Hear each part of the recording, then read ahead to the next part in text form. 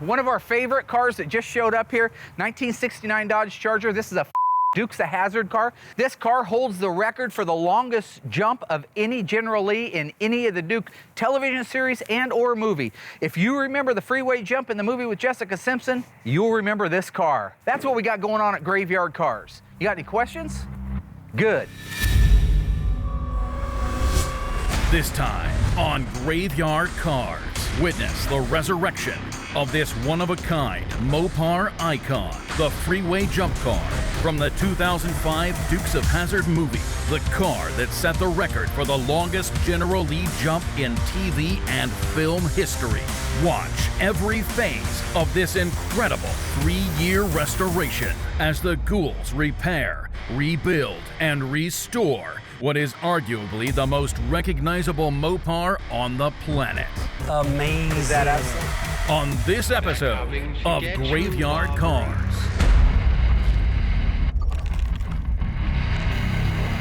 Unburied dead are coming back to life. I'm Mark Warman, and together we bring dead muscle cars back to life, to exactly the way they were on the day they were born.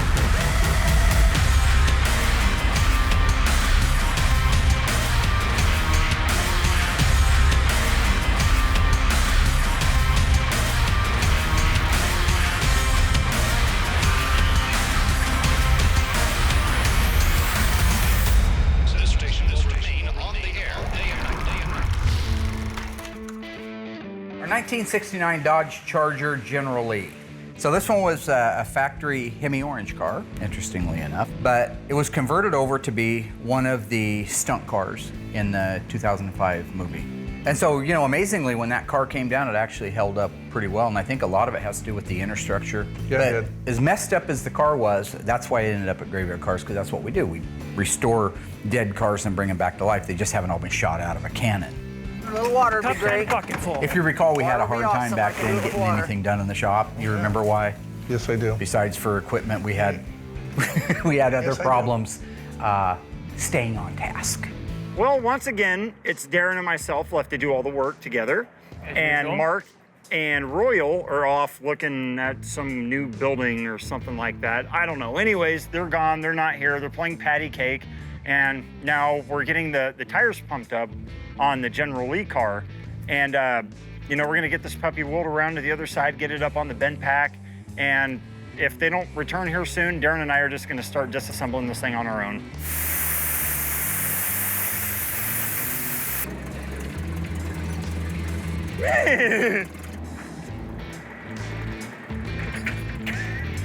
Lift it up! And you know, when it comes to my old friends, and it was a little bit like you can lead a horse to water, but you can't make it drink, right? So I buy them equipment, like a forklift, let's say, for example, but you have to know how to use the forklift and have the desire to use the forklift. Nobody wanted to use it because the brakes didn't work. That's the secondary note. Oh. Josh, I can't tilt it anymore. There you go. Gee. You know, when we needed help again, Mark was not anywhere to be found. I found out later he'd went to look at a new building. He should maybe, you know, take care of the building he's got right now instead of looking for a new building. This thing's done. We're not using this. We're gonna push it the old-fashioned way. If you don't want to help, go home. And wisdom has not kicked in yet for Josh, so he's still operating on just strength. This is the hardest way we could have done this in the world, isn't it? Just cut it to the left, Darren. Trying, okay, buddy. So if you recall, when you and I actually came over here to this building, while we were gone looking at the building to make a decision if our company could move forward and this would be the right business decision, Well, what was supposed to be happening? they were supposed to be getting the car around and into the shop and being disassembled. Disassembled is good. Didn't get disassembled. Why is the car not apart? Here's the thing, I'm not a detective. If I was, I'd probably be Columbo, right? The bumbling idiot that always solves the crime. But it doesn't take an hour to push a car around. We were gone for an hour. Why is the car not apart, and why haven't to come back and find out that that's all they had managed to get done? He did not want to use the forklift and bring it over here, so we had to push it over by hand. Yeah, that forklift that we have, No, that's we could gonna kill use it. somebody, man. Well, I mean, I drive it every day, dude. It's We've like been getting a gone full an hour. deal while you were gone. You want to say I'm fat? Say I'm fat. Get it all fat. out. You're fat. Great. I'm overweight. I need to And eat a you're a salad. boy, you know. We got problems. Me and You look Royal. like a turd. You look like a turd floating in the toilet. Yeah. He's got a bowl on his face. Yeah, this is great. But let's not forget, you've had the thing for an hour and you haven't even started working on it yet. So the ritual of insanity back then was always the same. No matter how hard you tried to approach this situation, find out what happened calmly and rationally, the first thing is Josh would start screaming, and then Darren would start cheering him on. And You were then the bad guy. I was the bad guy. It would start escalating. It would go from, hey, I wonder what took so long, to I'm going to kill you in your sleep. I mean, it seems like there should have been something in between those That's two. a little insane. Doesn't leave you anywhere to go. When you get all of us in a room together, there's going to be conflict. And it's easy for Mark to rile Josh up. And then Mark always gets Royal going also. Me, I'm usually the calm one. You guys. What did I do? Royal, you've done it. Give me your microphone. Seriously? Give me your microphone. Turn it off. You know, Royal grew up with me. We were about 12 when we met, and so he's known me my whole life. And you know that my job is to build people up and make them think anything is possible. You do a great job. Yeah.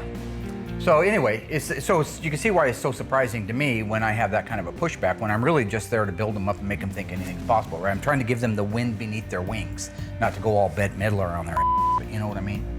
Huh. Bette Midler? Most people don't.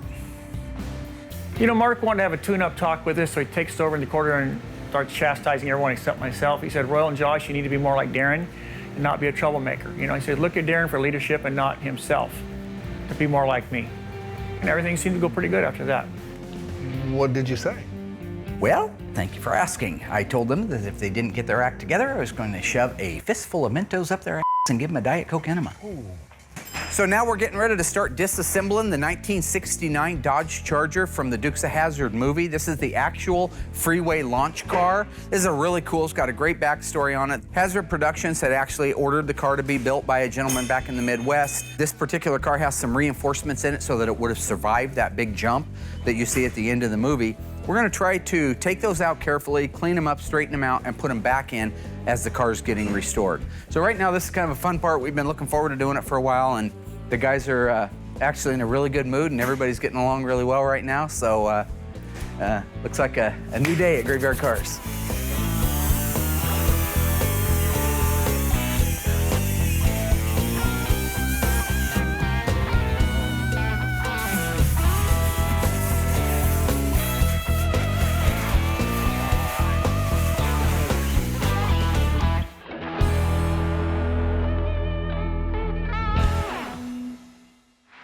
Coming up, sparks will fly and suspensions will fall as the General Lee Freeway Jump Car continues its transformation. And still to come, Mark may have gone too far with the General Lee's owner.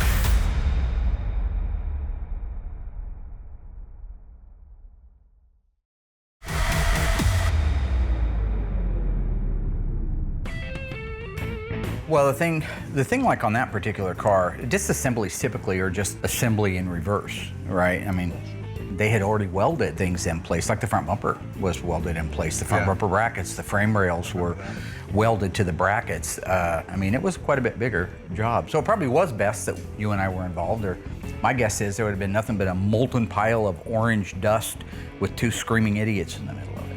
Ah, stop it! And by then they'd be dead. Yeah, they'd be on fire. Yeah. This Darren's on fire. It's like that song. Let's get the rear end out of it. Let's get the seats out of it. I don't know how those seats are bolted in. Those are not the original seats. They're probably welded in. It was a bit humbling because it was a real movie car. I mean, Oh yeah, it was a show we grew up with. It's a movie car. yeah. I mean, it's hard not to let that kind of touch you a little bit because we're just a couple guys from the neighborhood. 14th Street, he was down on 7th Street. I was between E and F, he was between D and E. Is that right? Yep. Yep. Couple kids from the neighborhood. Good memory. Living on 7-Eleven write-off food.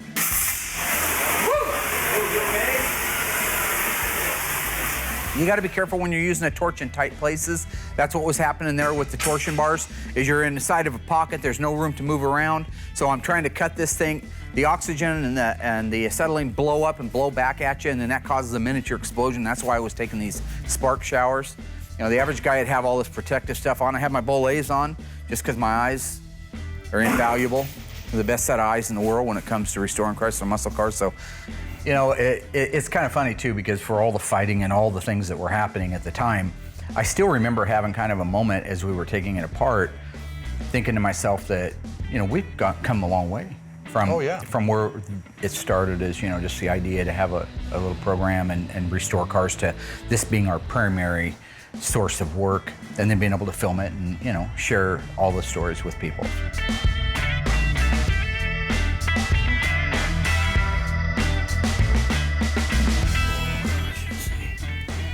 Oh man, everything's bent right in the way. Oh no. Darren, would you stop that? Oh, Darren, what the? No, what the is wrong with you? Yeah, hold still. Don't. where do we start? No, what is wrong with you, really? You know, the thing about it is, and I still don't know to this day, 30 years after the day I met him, what the hell's wrong with him? A guy's trying to take the front suspension out, and you're trying to tip the car. What goes on in his head? I don't know. You know, that's you understand that. What'd you do with the torch earlier? You sick Burnt bastard. oil. Did anybody get hurt? You sick? You're sick. Oh no. So after the craziness, after rocking the car and trying to kill somebody, because that's what he does, because in his mind that's funny, right? We were actually able to get the rest of the car disassembled. That front end coming off there was a I think that son of a is welded in there. The front bolts, when I took the front bolts of the K-member out, I noticed it didn't drop at all. That made me suspicious. Well, it turns out on top of everything else being welded, they actually welded the K-member to the frame rails. So the most dangerous part right now will be cutting those welds loose and hopefully not dropping the engine on your hand, because you got to have it up in the air a little bit to be able to get onto it with a torch. So. Very close. Yep. Got it. Hold it. Can you roll that forward? Well, what? See, Mark just wanted to ruin a car. Get away. Watch out, man. He's a crazy man. Well, he wanted to cut the car. You know, I know that the Dukes of Hazzard car is the most recognized Mopar in the world. So I think here at Graveyard Cars, we're lucky to be able to work on that particular car. No, I was going to cut the coupler, you idiot. They make new couplers. You're so stupid. Let's go with a roll, right? Iceman. I don't know. We're getting close now, though. We're just finishing on the probably 45 minutes. I think it's loose. Loose now. After we got that car disassembled, I had called the owner and I let him know that we were going to be in a bit of a hiatus, because, as you recall, there was quite a change to Graveyard Cars. Not just the fact that we had to move, but we had staff changes, we had equipment changes, we had employee changes, so it got put on the back burner. Hey guys, what movie was the Dukes of Hazzard TV series based on? Was it A, Dirty Mary, Crazy Larry? Was it B, Moonrunners? Or C, Trisket? Stay tuned, because the answer is coming up after the break.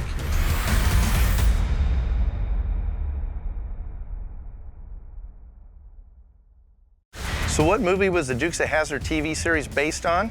The answer is Moonrunners. Moonrunners is a 1975 film about the apparently true-life exploits of two moonshining brothers and their sexy cousin. It even starred Waylon Jennings. Dirty Mary, Crazy Larry was a classic Peter Fonda film that featured a 1969 Charger. If you haven't seen that one, you gotta go check it out. Trisket? Yeah, it's a cracker. It's not a movie. You need to get out more if you pick that one.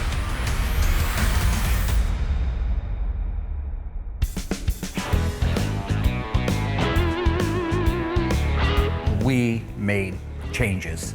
If you look at this place, it is not even any kind of a reflection of what we did in the past. No. Look at the staff. We got the top-notch staff probably in the country. I would say for me in the country.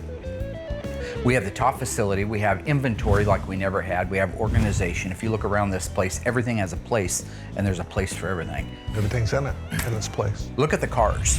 What we used to do in 1 year, which was one car, we've been in here exactly 2 years. And in 2 years, we've done 12 cars. Just some of them How about Garth's 1970 Dodge Challenger, the beautiful plum crazy white top 4-speed 446 pack? Guy Melita's 1970 Hemi Dodge Charger FK5 burnt orange. That's just since we've been in here. That's just since we've been in here, absolutely. We had our 69 Hemi Roadrunner turquoise. I mean, one of, what, 8 that was ever made, the only one in that color. We had Mark and Elena's 1970 Cuda, 383 automatic. First one out. That was the first car that got out. I think that was the first episode we filmed over here at the shop. Yep. Absolutely. We had Bob Moore's 73 40 car, the one that got sabotaged. We had the 72 Charger, 404 speed for Murray Goodings. Bill Goldberg, Big Bill, what can you say, right? Big Wild Bill Goldberg's 1968 GTX, gorgeous car. Just finished here. So, you know, that was all the right decisions to make. You can't help it when you go back over that group and you talk about the hero cars that came through. There were some beauties, but nothing quite like the honor of being called by Mopar to put the very first crate Hemi with their controller in our world famous 1971 Cuda SEMA car. Yep. You know, so really at the end of it all, I mean, we had the SEMA car done, we had punched out all the others, we had met all of our commitments, we had an owner that was being patient with us, that generally it was time to move it back in, get it in line, and start rocking on it. And when we did, it moved quick. It moved quick.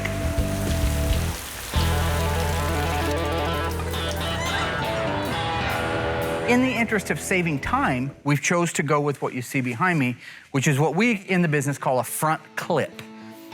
This is the donor front clip. If this right now, sitting the way it's sitting, we could put fenders on it, a hood on it, a front bumper, a grille, and it would look from the front like it's a complete car. But this is the inner structure, the skeleton, that we're gonna be grafting onto that car. But imagine you're gonna marry this windshield post with this windshield post, and it's gonna be seamless. Therefore, it has to be stepped out. This will be cut down to here. Then it'll have an inner structure piece that steps up to here, then another one that steps up to here. And when you're all done, you'll put an outer piece back on it, all from original Mopar sheet metal, either that pillar or this pillar, and you will have this grafted together with the front end. So where we're at right now is the body man has already started cutting and trimming the front inner structure that you see here. He'll continue to cut and trim, but you can see all of his measurements are here, all of his marks are here. These would be areas where they're making the step. So you have it going from here to here to here. He'll get this whole piece ready to go on the car. Then he'll cut the car part off, get it all cleaned up and prepped to receive this, and the two can become one. So right now, Will and George are getting ready to help me and Ryan lift the front section of our Charger off. So far, he's cut down here at the rocker on the outer portion, the inner portion of the rocker back here, because remember, he has to step it. He's got one more cut on the A pillar. I'm gonna let him do that now. Then he'll cut this pillar over here and we'll be able to lift this thing off of there. So Ryan, your green light, go.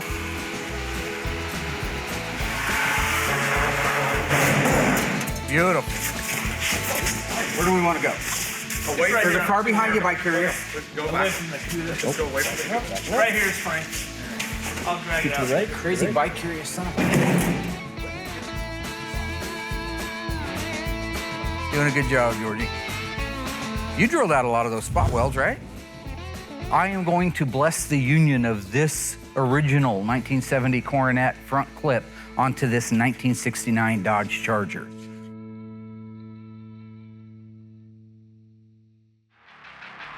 Stay tuned.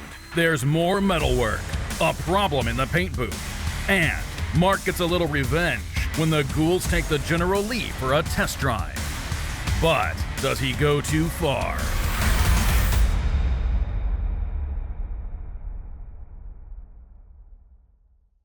We have been underdogs our entire life, so we always believe in rooting for the underdog and giving somebody a chance. So like in the case of George, he had no formidable skills. He was a welder. I shouldn't say he had none. In the auto industry, he had none, but he was a great welder. And so we brought him in, and that General Lee, that was his proving grounds. And I worked with him, Ryan worked with him, we all worked together to make that happen. But that was my friend George's very first opportunity to do metal work on a car versus like a locomotive or something else. And he did a phenomenal job. Okay, I see you've got marks, so is this your intention of coming up through the sail panel and the upper deck filler?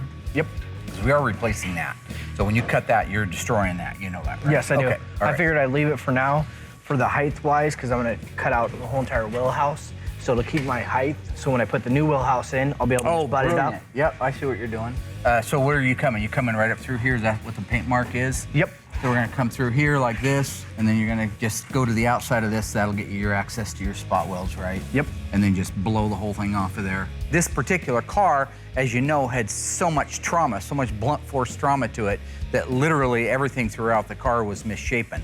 The pieces that we've saved well, but the ones that are sacrificial, those are the ones we're replacing. And then where you cut through the rails at. I'm gonna come right through here. Yep. All the way up through here. Save Beautiful. all that. Yep. Just like a line. Just exactly. Okay. So, and then you'll have to dissect out the rest of the trunk pan and the frame rails for that. Okay. And you know this is the part that's really important right up here. This has got your numbers in it. So we're saving and replacing this entire trunk gutter. I've got new ones, but I would rather just put this entire piece in there. That's do that. not a problem. Is that all right with you? Okay. So you're gonna mirror the same exact cuts on the other side.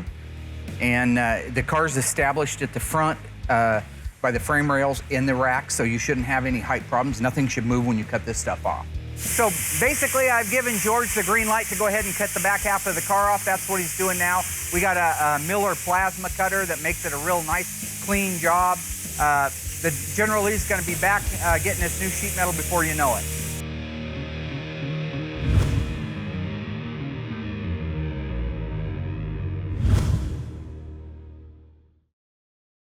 So far, the ghouls have torn down and cut apart a one-of-a-kind General Lee. The car that holds the record for the longest freeway jump of any General Lee in TV or film history. And still to come, there's more metalwork, a problem with the paint, and the long-awaited reveal for this one-of-a-kind Mopar icon. Amazing. But when the Charger is taken for a test drive, will Mark's reaction go too far? How dramatic is it gonna be when I call the cops on your ass?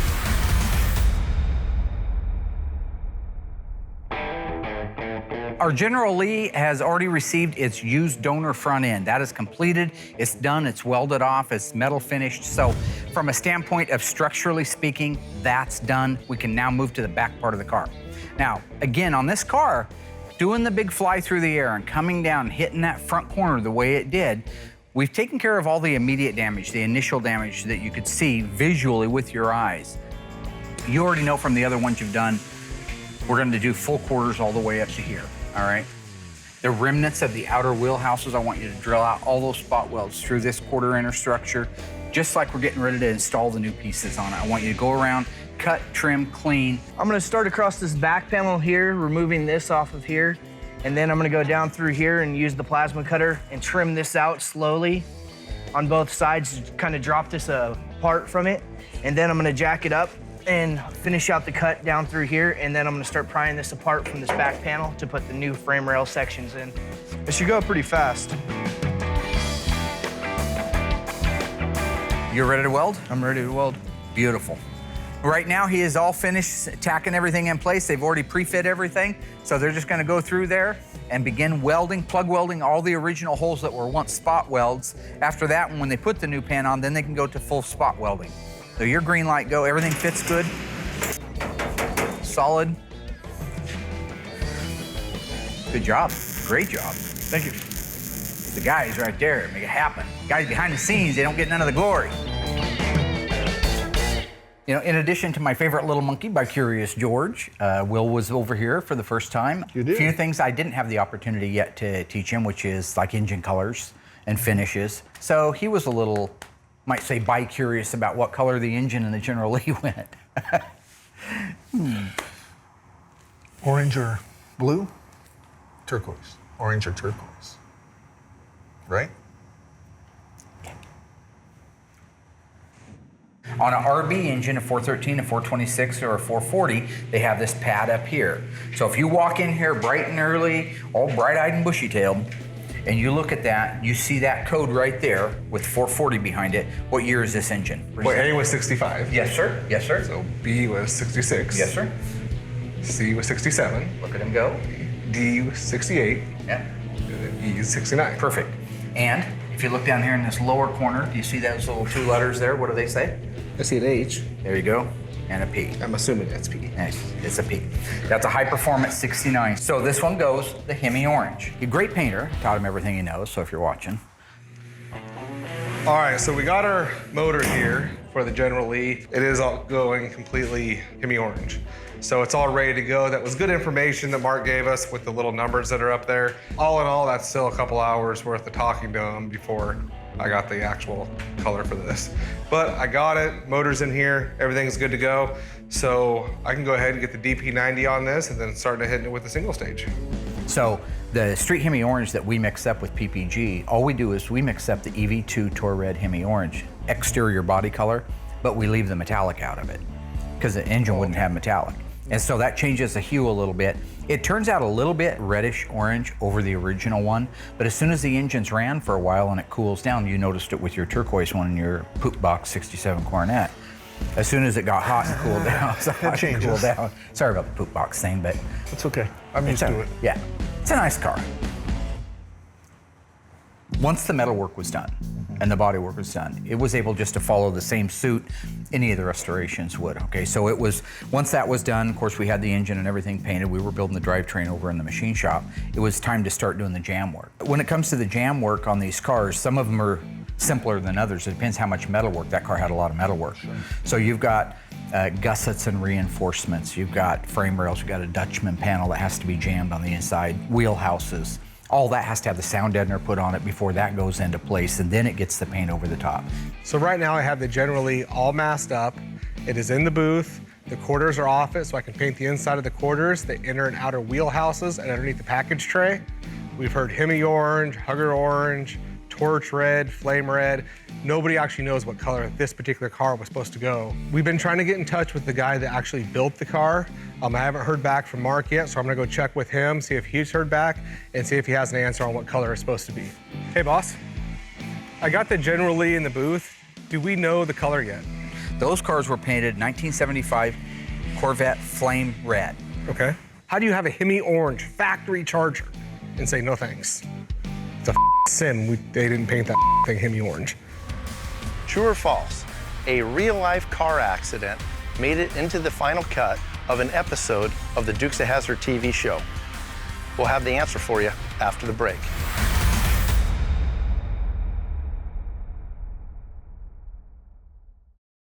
So did a real accident make it into the final cut of an episode of the Dukes of Hazzard TV show? The answer is true. One of the Chargers used on the show was wrecked when an actor driving the car lost control of the vehicle, and instead of letting the opportunity, the film stock, and the car go to waste, the wreck was worked into the final plot of the episode and made the final cut. We've heard Hemi Orange, Hugger Orange, Torch Red, Flame Red. Nobody actually knows what color this particular car was supposed to go. I got the underside buffed, I checked it to the color, and the color is off, so I'm gonna grab Mark, see what he thinks before we go any further. How's it look to you? Well, the deck lid's got metallic in it. The deck lid's EV2. That's what I was thinking too. So the car's a 70, even though in the show they're 69s, they had converted to 70. I talked to J.R. Burton, which was available on 69. That's why it's got the E in EV2, except in 69 it'd just be V2, and 70 they'd have to refer back to the original date. So I was thinking about flipping the deck lid over. Anyway, that's going to be the wrong call. Now, interestingly, a lot of people thought that the General Lee was EV2 Hemi Orange. That's what I think is crazy, that they took a... They just got lucky and had an original deck lid. But how cool would that be? Or do you think the whole car was... Oh, this whole entire car was this? Who knows, right? Who could have been, but you know, panels get switched all the time. But this deck lid definitely started life on a car that was coded for V2. So Mark came out, agreed it doesn't match the bottom. We flipped the deck lid over, buffed the top. Matches the top perfect. That's when we realized this is a true original Hemi Orange Charger, which kind of sucks because if they would have just painted Hemi Orange, this person would have a General Lee factory Hemi Orange and it would still be an orange car. So kind of sucks having to paint a Corvette red. I was actually wrong. I was thinking that I was remembering what I read about the General Lees back in the TV days. Back when they were making the TV cars, I guess the cameras, the TV cameras, they pick things up differently. They show colors differently. And so back then, Corvette Flame Red, which was the color that they painted the TV cars, looked bright orange. Huh, I didn't know that. On a TV camera. But in the movie, times have changed and they use different cameras to make the motion picture. That color looked too red. It looked like it's real red. They had to paint it big bad orange to make it look like it did in the TV series when it was flame red. Who came up with the big bad orange? That's an AMC color. I'm excited to paint this car, A, because it's a General Lee, B, it was actually in the movie. It was a cool launch car. And C, the body guys have been waiting for 2 weeks with kind of at a standstill because I haven't been able to come up with the color yet. So there's a bunch of reasons why it's exciting to get it done, but it's very nice to have this thing painted and back to the body shop, have the quarters put on.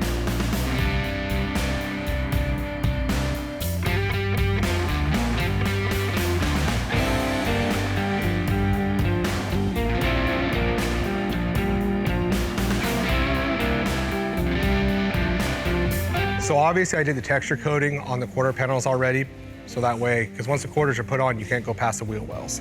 So now that that's done, when you actually paint, you're actually able to get paint all the way across, where if the car's put together, you can't do it. And if you can do it, it's not gonna be that good of a job. So this way, painting those hard to reach pieces are actually fully clear coated. It's never gonna rust. It looks like the outside of the car. So when this car is assembled, if the owner ever wants to take it apart and look underneath there, the inside looks just as nice as the outside does.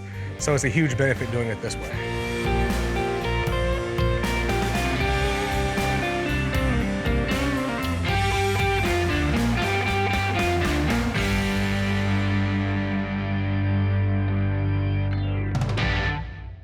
The General Lee was able to just follow the exact same, once the metal work was done and the body work was done, it was able just to follow the same suit any of the restorations would, okay? So it was, once that was done, of course we had the engine and everything painted, we were building the drivetrain over in the machine shop. You just do it once. I think that's the best part about the car, not the Do you fuel remember door. the General Lee doing it over and over again?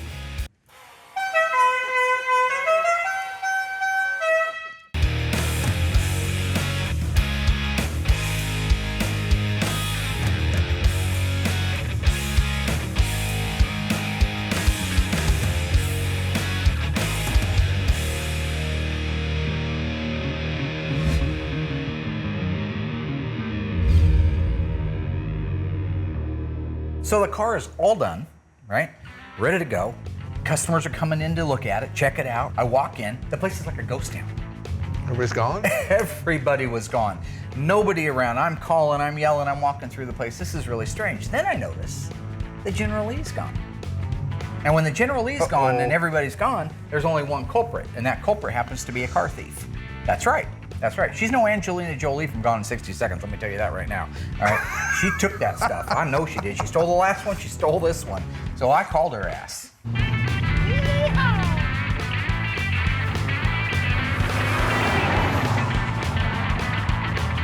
Hold on, you guys, my dad's calling. Your dad's calling? Oh no, hold on, but. Hello? Here it comes. Hey, where are you at? Yeah, Will and Dave are with me. You and need we're to test ask driving permission to do the test drive. Why wouldn't we? Oh my God. So in your mind, you just take the car, anytime you want, and you don't have to ask permission. Dad, you're really being dramatic. How dramatic is it going to be when I call the cops on your This ass? is part of our job. This is part of our job. We got to test drive the car. Oh, God. He just hung up on me and he told me he's going to call the cops. Like, Really? Okay, Dad. No, he's going with the Grand Theft Auto thing? I know, again. It's like, it was just so played out. We've already done this, Dad. You know what's gonna happen. He's gonna call the cops so many times that they're not gonna respond anymore. It'll be like,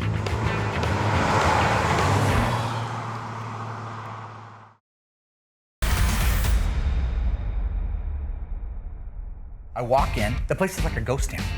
So then I notice the General Lee's gone. So I called her ass. Dad, you're really being dramatic. How dramatic is it going to be when I call the cops on your ass?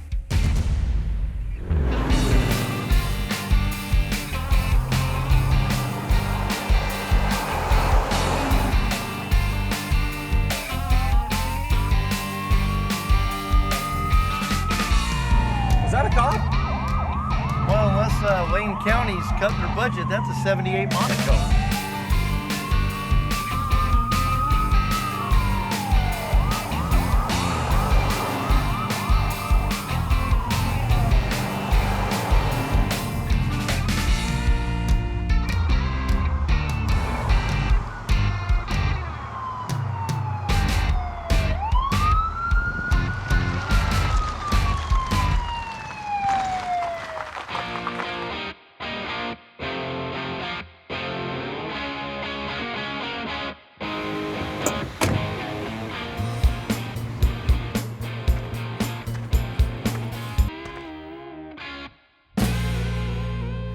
You got a driver's license and registration, boy?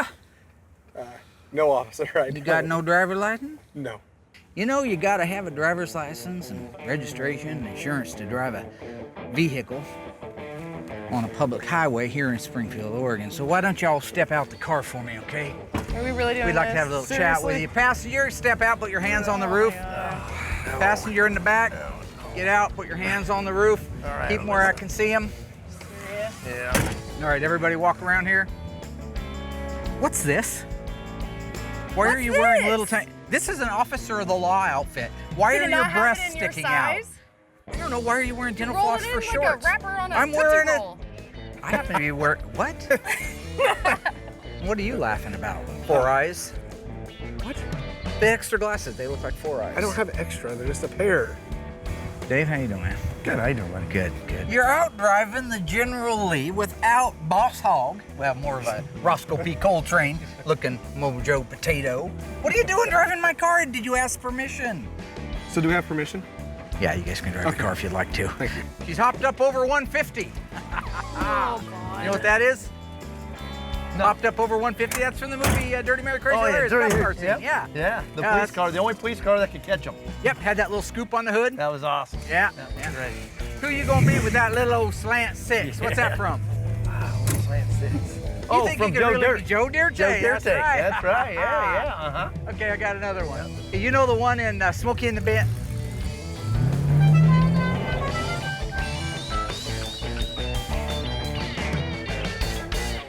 You know the part in Smokey and the Bandit when Jackie Gleason's mad at his son-in-law? You know, all fun and games aside, and you know I like to have fun. It's fun torturing people. With that done, it's time for our owners to come out and take a look at the car. Well, hello. It's nice to meet you. It's nice to to see meet you. you. Yeah. Hey, Royal. Big Good John? to see you, How you buddy. doing, buddy? It's been a long time. John. I mean, let's go see it. You want to go see it? We're ready, man. All We're right. ready. So you know these reveals, no matter how many of them we do, they're always a bit of a nail biter. Best part. But it's the best part. I agree. There it is. It's the culmination of all your hard work and all of their patience and their investment. anticipation. It is. And in this particular case, it went off without a hitch. Wait. This is perfect light. This is beautiful. Sun's That up. is amazing. Is that absolutely I gorgeous? love that Mark. big bad orange. You nailed it, man. You nailed it. It was a beautiful day.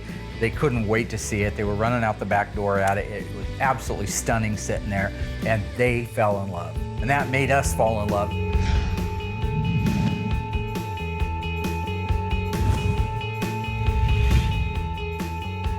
It's unbelievable. This was the It's total gorgeous. General Lee, and it's just perfect. The color's perfect. PPG single stage paint, acrylic urethane. There's nothing like it. It looks wet when it's dry. It's at the end of the day, you know, we're not doing all this for the dough. We're doing a lot of it because we love the cars and we love the people. So that was awesome. That is truly a good thing.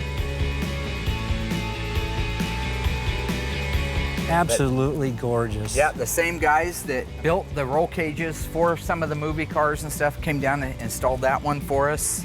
Got the vector wheels that were actually on the car when it did the jump. The same wheels. Those are the wheels. That jumped 174 They feet. did, and they were beat to death, and they were bent and chipped, and so we sent them out, and we had them completely redone, balanced, had the new tires put on, which those are the correct ones for the That's movie. amazing. I can't believe. I mean, this car was bent up and twisted and Oh, we had a hard rusted. time. If you go back and you talk to the body man about that, this thing was shoved up to here, so we had to get all the sheet metal off of it and make direct pulls just down on that A-pillar to get it square again. But that's your original roof right there. Golly, buddy, I cannot thank you enough. Oh, I love that steering wheel. It just came out It's great. perfect. You know, this car came out of Kansas. Originally, it was in a field in Oklahoma. We bought it off eBay. We brought it back to Denver. I called you. I think you called me back in 10 minutes when you heard I had a General Lee. Yeah. That's Next good thing I stuff. know, That's good TV. we sent it up here, and here we are a couple years later, Wow. and it just looks amazing. You nailed it, Mark. I like they did the steering wheel with the actual one they used in the movie because it was different than the TV series. Just exactly. Just little details they changed. We tried to keep some old and some new, and you know, you and I talked about that at great length. What do? Do we restore it to the movie car? Do we restore it to the TV? And for the most part, it's movie, but there are some throwbacks to the TV in there. Certainly, this car is built out exactly like a 69 Charger RT. So, if you go over here and take a look, which you haven't even seen yet, under the hood, if this was an XS29L code, which is a 440, that is what you'd have. So just a few things to point out here, because I know you're into all kinds of cars, not necessarily diehard Mopar. So I'll point a few things out that are very, very correct about what you're looking at. So we went with an actual date-coded 69 440 Magnum, 375 horse, and it's all dressed out. Date-coded spark plug wires, date-coded PCV hose, date-coded heater hoses. This is an original 054 radiator, which would be correct for a 69 big block with a 26-inch. We had to change the core support out because it was destroyed, and so when we did, we put in a 26-inch. Both aprons have been replaced and portions of the firewall, because if you recall, this thing had that big boxed-in square channel. The support when they did that jump. And I wanted to try to preserve that, but when they put that in there, it never once held a complete 440 because it wouldn't have had room for it. So when I was trying to mock it in place and mock the 440 in there, it just didn't work. And so we lost that little bit of infrastructure nostalgia. What's this, Mark? These are authentic General Lee horns, which we actually went to the trouble of sourcing them and getting them to function correctly. If you would like, I would be more than happy to play that for you. Step back. That's great. That is perfect. Hey, we should go take off. You guys should hop in there and go for a ride. Oh, Let's go tear it up. Oh, I feel like Bo Duke already.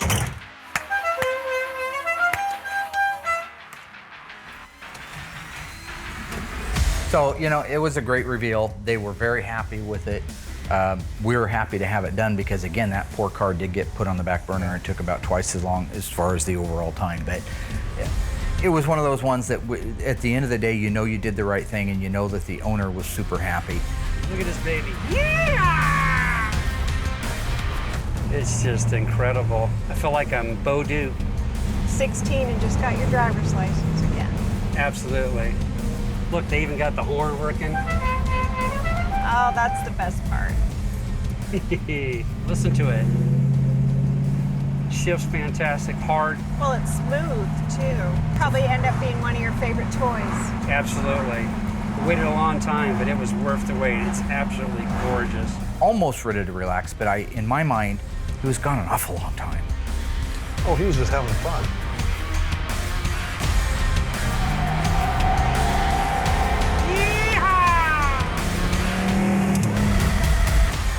There's one thing about my friend Mark, he will always go the extra mile for that gag, even when it comes to buying a police car. You know what? I am willing to go the extra mile because I'm a committed guy, all right? I bought that police car for the exclusive purpose.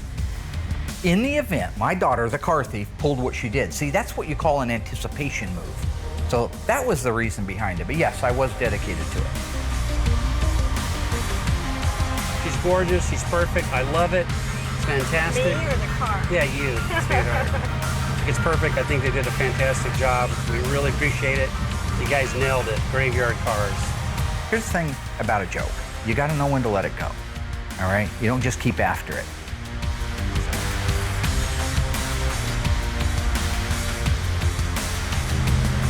There's a cop back there. Let's just go for it. Yeah, no, I better pull over.